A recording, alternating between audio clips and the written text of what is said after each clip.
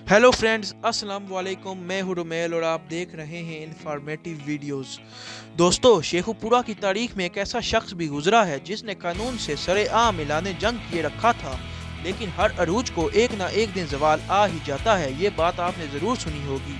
ऐसा ही कुछ हुआ था शेखुपुरा के नौजवान नकाश के साथ। ये कहानी है सूबा पंजाब के एक गांव सलार बटिया के एक नौजवान की, जिसे अपने वक्त में पंजाब के बड़े बड़े गैंगस्टर में शुमार किया जाता था।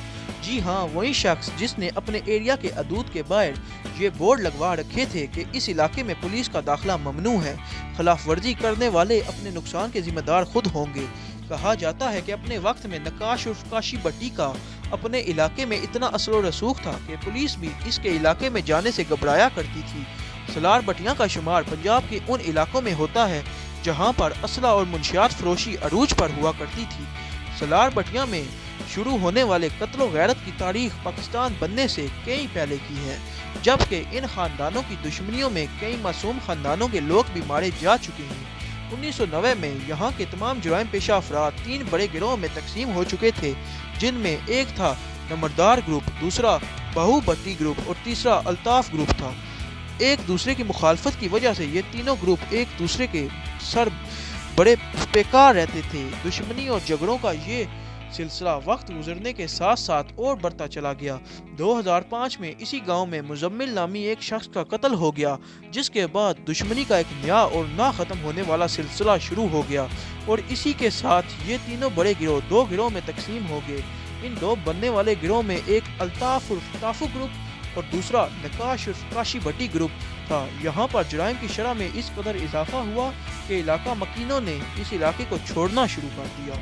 इस इलाके में मुंशियात का सबसे बड़ा धंधा काशी बट्टी ग्रुप के अफराद कर रहे थे, जबकि हुकूमत की जानिब से इनके सरों की भारी कीमत भी रख दी गई थी। सलार बटिया में मुंशियात का धंधा इस कदर अरूज पर था कि सरेआम मुंशियात फरोख्त की जाती थी और जगह जगह मेज़ों पर मुंशियात के ढेर लगे होते थे। कानून नाफिज करने वाले इदारों के एहलकार इन इलाकों का रुख नहीं करते थे। गाँव के मोतबर लोगों की जानिब से कई बार इन गिरोह को मिलाने की कोशिश की गई, जो हर बार नाकाम रही। काशी बट्टी ग्रुप में 30 लड़के काम करते थे। एक मर्तबा अल्ताफ और इसके साथियों को जान बचाकर गांव छोड़कर भागना पड़ा, जो कि 13 बरस तक इस इलाके में दाखिल ना हो सके। इस तरह इलाके की सारी भागदौड़ काशी बट्टी ग्रुप के पास चली गई और यूं इस ग्रुप को इलाके की मोतबर सियासी शख्सियात की सरपरस्ती भी हासिल हो गई, जो कि इस ग्रुप को अपने मकासद के लिए इस्तेमाल करने लगे। सलार बटिया में जुराइम का खात्मा एक बहुत बड़ा चैलेंज बनता गया और इस तरह महकमा पुलिस की कारकर्दगी पर भी सवालात उठना शुरू हो गए। इस मसले के हल के लिए 2008 में DIG चौधरी तनवीर अहमद, DPO शेखुपुरा नईम इकबाल और DPO ननकाना अकबर नासिर खान की सरबराही में सलार बटिया में एक ऑपरेशन किया गया।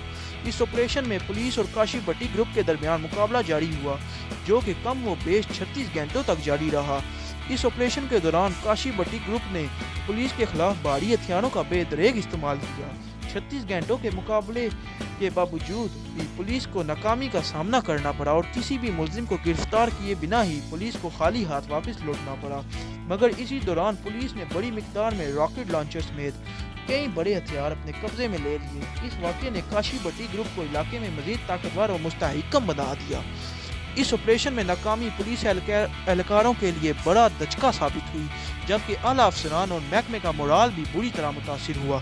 जबकि काशी बट्टी ग्रुप ने मुंशियात और असले की फरोख्त के साथ साथ लोगों से भत्ता वसूल करना भी शुरू कर दिया, जबकि भत्ता न देने वाले लोगों को ये कत्ल करने लगे। इनको कत्ल करने के बाद इनकी लाश को नहर में फेंक दिया जाता था।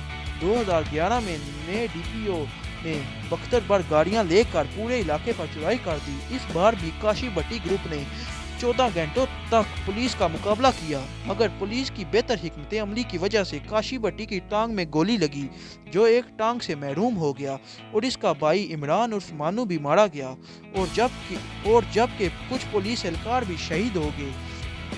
इसके बाद पुलिस ने भरपूर तरीके से हमला किया और काशी बट्टी ग्रुप के 7 अफराद मार दिए गए, जबकि काशी बट्टी फरार होने में कामयाब हो गया। काशी ने एक टांग से हाथ धोने के बाद भी जुराइम पेशा कार्रवाइयाँ जारी रखी और एक कार्रवाई में फैसलाबाद के थाने सतियाना के इलाके में SHO ने کاشی کے اہم ساتھی شہزاد کی گرفتاری کے لیے اس کے سسرال کے گھر پر چھاپا مار کر اس کے اہل خانہ کو گرفتار کر لیا، جس کا بدلہ لینے کے لیے کاشی بٹی نے پولیس کی وردیاں پہن کر SHO کے گھر پر حملہ کر دیا۔ اس کے بیوی بچوں کو اغوا کر کے وہ لے گیا۔ بدلے میں SHO کو مجبوراً شہزاد کے گھر والوں کو چھوڑنا پڑا۔ اس واقعے کے بعد کاشی بٹی کا ڈر پنجاب میں مزید بڑھتا چلا گیا۔ اس واقعے کے بعد حکومت پنجاب نے کاشی بٹی کے سر کی قیمت 1 لاکھ رکھ دی، جبکہ اس کے قریبی ساتھی شہزاد کے سر کی قیمت بھی 1 لاکھ مقرر کی گئی تھی۔